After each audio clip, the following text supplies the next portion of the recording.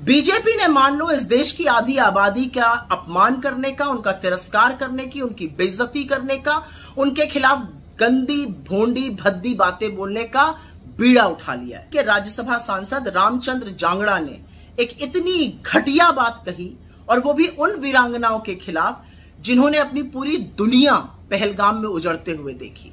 उनका कहना है इन वीरांगनाओं में वीरांगना का भाव नहीं था, जज्बा नहीं था, जोश नहीं था।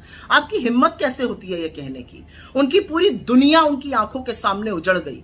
नृशंस आतंकवादियों ने उनके पति की, उनके बेटों की, उनके भाइयों की हत्या कर दी, और आप अपनी सुरक्षा चूक का, अपनी इंटेलिजेंस फेलियर का ठीकरा अब उन वीरांगनाओं के मत्थे मढ़ रहे हैं। उनके सिर पर यह ठीकरा फोड़ा जा रहा है।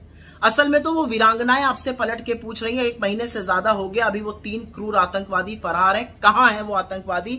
वो कब पकड़े जाएंगे? न्याय कब मिलेगा? आपके अंदर लेश मात्र भी संवेदनशीलता नहीं है।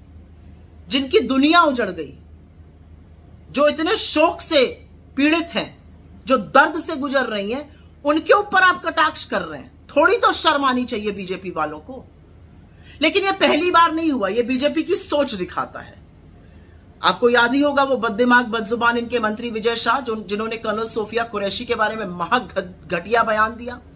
इनके एक और उप मुख्यमंत्री जगदीश देवड़ा, जो कहते हैं कि सेना मोदी जी के चरणों में नतमस्तक है।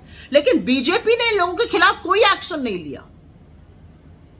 कोर्ट ने कहा तो एफआईआर दर्ज हुई, और एफआईआर भी ऐसी कि कोर्ट को बोलना पड़ा इस एफआईआर से कुछ नहीं होगा। यह असलियत है इन लोगों की, यह सम्मान है इनका नारी के लिए।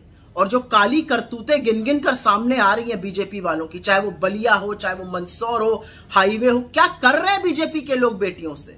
बेटियां तो आपसे बचानी है, हम बेटियां तो आपसे बचा लेंगे, लेकिन हमारी बेटियों के बारे में इस तरह का कटाक्ष और इस तरह के अपशब्द आप बोलने की हिम्मत मत कीजिएगा। और मोदी जी, अगर आपके अंदर जरा सा भी, रंच मात्र भी इस देश की बेटियों के लिए थोड़ा सा भी सम्मान है तो निकाल बाहर करिए जांगड़ा को अपनी पार्टी से, तब हम मानेंगे।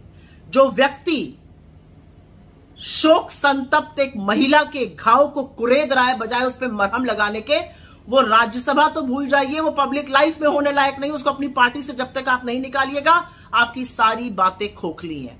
आप कहते हैं ना आपकी नसों में गरम सिंदूर बह रहा है, उस सिंदूर को ललकारा है जांगड़ा ने। कुछ कहिएगा या अभी भी चुप रहिएगा? आखिर हरियाणा पुलिस क्या कर रही है, या फिर यूं कहें कि मध्य प्रदेश की पुलिस क्या कर रही है? एक तरफ बाबा साहब की मूर्ति नहीं लगने दिया जा रहा है, यानी कि ग्वालियर कोर्ट की बात कर रहा हूं। एक तरफ हमारे सेनाओं का लगातार और देश की बेटियों का अपमान हो रहा है, यानी बीजेपी नेता और मंत्रियों की बात कर रहा हूं और सांसदों की बात कर रहा हूं। जो हरियाणा से ही आते हैं राज्यसभा सांसद रामचंद्र जांगड़ा साहब, उनको अरेस्ट कब किया जाएगा? इन तमाम मसलों पर बात इसलिए ज़रूरी है कि एक तरफ देश के प्रधानमंत्री नरेंद्र मोदी और अमित शाह जी उसी जो पहलगाम में हमला हुआ, उसके बाद जो सीज फायर हुआ, पाकिस्तान पे जिस तरीके से हम सब ने बदला लिया, उनके नाम पर क्या कुछ नहीं सियासत हो रहा है। लेकिन इन नेताओं का इलाज क्या है, मूर्ति कैसे लगाई जाएगी, इन तमाम मसलों पे बातचीत करेंगे। लेकिन सबसे पहला सवाल, मूर्ति क्यों नहीं लग रहा? आप तो कद्दावर दलितों के हमेशा आवाज़ उठाते हैं, आप तो खुद दलित सोशल मीडिया पर आते हैं, दलितों का साथ देते हैं। कैसे लगेगी मूर्ति ग्वालियर हाई कोर्ट में? देखिए, ग्वालियर हाई कोर्ट में मूर्ति लगने का हमारा एक ही रीज़न है, वो मूर्ति लगेगी, 100% लगेगी। रोकने वाला कोई माई का लाल पैदा नहीं होगा, नंबर 1 बात। नंबर 2, अगर उनके कोई विरोधी, बाबा साहब के कोई विरोधी है, विरोध करने वाले का कोई चारा नहीं है, विरोध करते रहते। बाबा साहब का भी विरोध किया था जब बाबा साहब ने वकालत शुरू की थी, कोर्ट के बाहर बैठ के वकालत शुरू की थी। और एक दिन बाबा साहब ने एक ऐसा फैसला कोर्ट से कराया जो आप पूरे दुनिया और पूरे देश ने पता है कि फांसी और सज़ा में कितना अंतर है। आप ये समझते हो?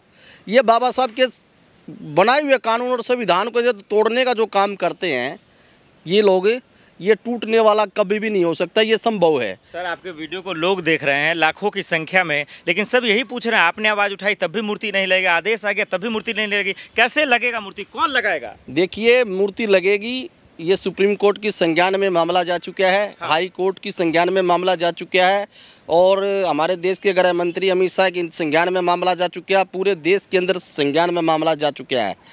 इस देरी हो सकती है, मैं मानता हूँ देरी हो सकती है किसी कार्य में, लेकिन लगाना संभव पड़ेगा। अरे आप लगाने जाएंगे आपको भी पीट देगा। जो लोग लगाने जा रहे हैं उनका विरोध हो रहा है, उनको भगाया जा रहा है, खदेड़ा जा रहा है। देखिए, पीटने की तो बात बहुत दूर है, पीटने की तो बात बहुत दूर है। जब मूर्ति लगेगी ना, हो सके कभी मैं ही ना आगे मिलूं लगाने के लिए, कभी मैं ही ना वहाँ पहुँचूँ लगाने के लिए, ये कुछ कह नहीं सकते। लेकिन संभव है मेरे जैसे योद्धा, मेरे ग्वालियर में, मेरे मध्य प्रदेश में योद्धा बहुत हैं जो बाबा साहब को मानने वाले लोग हैं। और हम दिल्ली बैठे हैं, हम दिल्ली से जाके भी हम अपना रोष प्रदर्शन कर सकते हैं।